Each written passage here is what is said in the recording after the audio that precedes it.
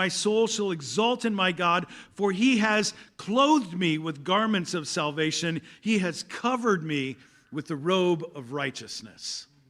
That's this image of salvation that we find in this parable. And Jesus is sort of holding out two hands. To one, the religious leaders who thought they were good enough to do it on their own. He says, you've missed it. You didn't want what God had to offer you. And to those who were stuck in the streets, both the good and the bad, he says, I'm the one who provides the clothes. I'm the one who gives you righteousness, not anything good that you have done. As we've been looking through these doctrines of grace, we want to remind ourselves again and again, it is all a work of God.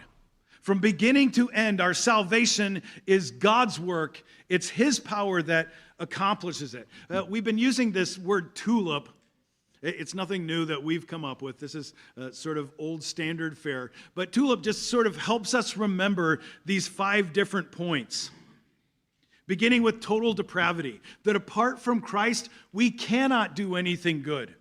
We cannot dress ourselves in righteousness by doing enough good things and not doing enough bad things. We are not saved, as the Pharisees believed, by all of our hard work.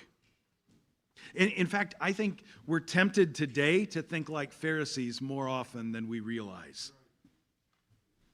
We think, well, because I'm good, God should save me.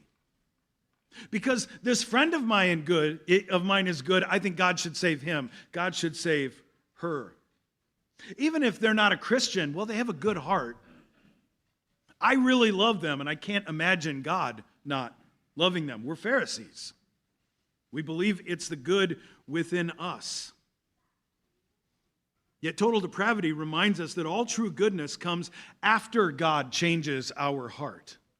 That before that, our hearts are totally contaminated by sin, and everything we see and think and touch is stained, is marred by the sin and selfishness that so defines us. Well, if that's true, if we are stained to the core of our soul with depravity, that we cannot do anything to make ourselves righteous and acceptable before God, then God's saving work is all his.